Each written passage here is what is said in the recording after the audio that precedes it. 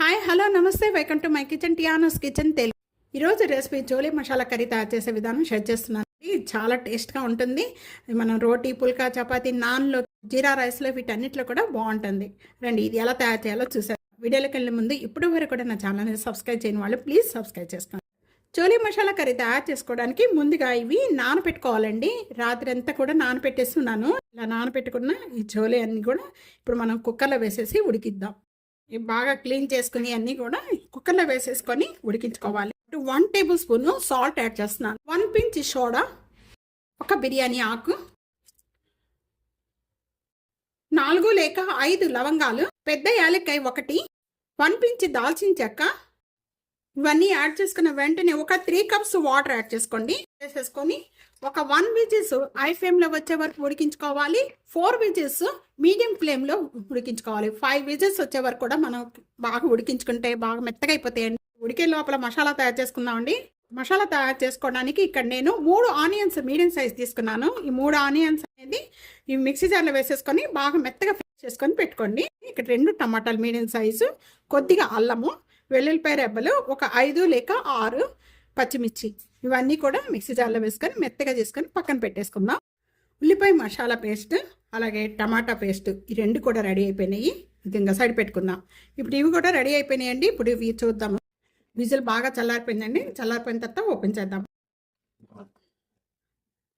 ఒక 5 విజిల్స్ అండి మొత్తం కూడా. ఒక విజిల్ వచ్చేసి హై ఫ్లేమ్లో, 4 విజిల్స్ వచ్చేసి మీడియం ఫ్లేమ్లో పెట్టుకోవడం వల్ల ఇలా ఉడిపోతాయి. నైట్ అంతా కూడా నానపెట్టేసుకున్నానండి. నేను నానపెట్టేసి మార్నింగ్ చేస్తున్నాను అనమాట.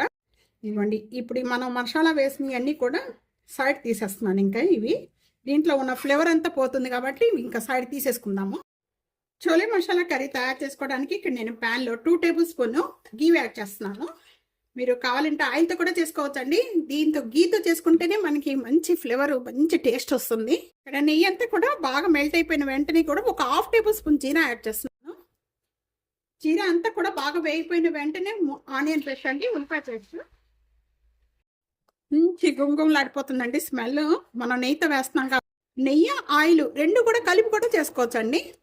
ఇవి మంచి కలర్ వచ్చేంత వరకు కూడా ఉల్లిపాయ వేయించుకోవాలి.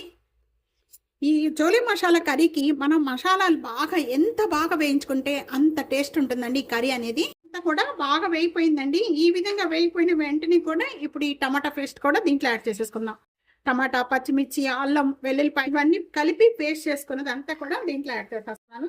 ఇది కూడా బాగా పచ్చి స్మెల్ పోయేంత వరకు కూడా బాగా వేయించుకోవాలండి. విధంగా బాగా వేగిపోయిన వెంటనే కూడా ఇక్కడ దీంట్లో ఒక 1/2 టేబుల్ స్పూన్ పసుపు, 2 టేబుల్ స్పూన్ కారం, సరిపడా salt, small tablespoon 2 tablespoon, 1 tablespoon ధనియా పౌడర్, 1/2 టేబుల్ స్పూన్ రోస్ట్ చేసిన జీరా powder, 1 tablespoon chole masala powder అండి. ఇవన్నీ కూడా మసాలాలన్నీ కూడా యాడ్ చేసిన వెంటనే కూడా ఈ విధంగా ఒకసారి ఇవంతా బాగా కలుపుకోవాలి కదా. ఇలా చిక్కపడిపోయిన వెంటనే కూడా ఇప్పుడు మనం వేడి వాటర్ యాడ్ చేసుకోండి. ఒక 1 గ్లాస్ వాటర్ యాడ్ చేస్తున్నాను. ఇలా వాటర్ యాడ్ చేసుకోవటం వల్ల ఈ మసాలాలన్నీ కూడా బాగా కలిసి మంచి టేస్ట్ వస్తుందండి. అంతా కూడా గ్రేవీ అంతా కూడా బాగా చిక్కపడిపోయిన వెంటనే కూడా ఇప్పుడు మనం ముందుగా కుక్కర్లో కుక్ చేసుకున్న ఈ చోలే అంతా కూడా వీటిలో వేసేస్తున్నాను. ఈ వాటర్తో సహా వేసేసుకోండి. ఇలా వాటర్తో సహా వేసేసుకొని ఇది కూడా బాగా మగ్గించుకోవాలి.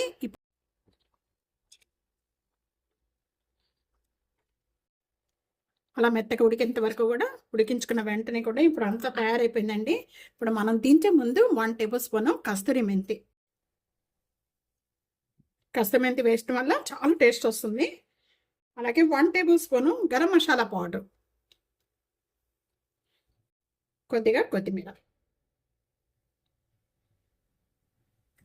అన్నీ యాడ్ చేసుకున్న వెంటనే ఒకసారి బాగా కలుపుకుందాము. చోలే మసాలా కర్రీ రెడీ అయిపోయింది. ఈ విధంగా గ్రేవీ ఉంటే చాలు, చాలా టేస్ట్గా ఉంటుందండి. ఇక్కడ నేను స్టవ్ ఆన్ చేసేస్తున్నాను. సర్వింగ్ ప్లేట్లో తీసేసుకుందాం. ఈ రెసిపీ ఇదే విధంగా తప్పకుండా ట్రై చేసి మీకు ఎలా ఉందనేది కామెంట్స్లో తెలియచేయండి. వీడియో నచ్చితే కనుక నలుగురికి video share and like, comment, subscribe చేసుకోవడం అస్సలు మర్చిపోవద్దు friends. Thank you for watching. Next వీడియోలో మళ్ళీ మంచి వంటకాలతో కలుద్దాం. అంతవరకు సెలవు. బాయ్.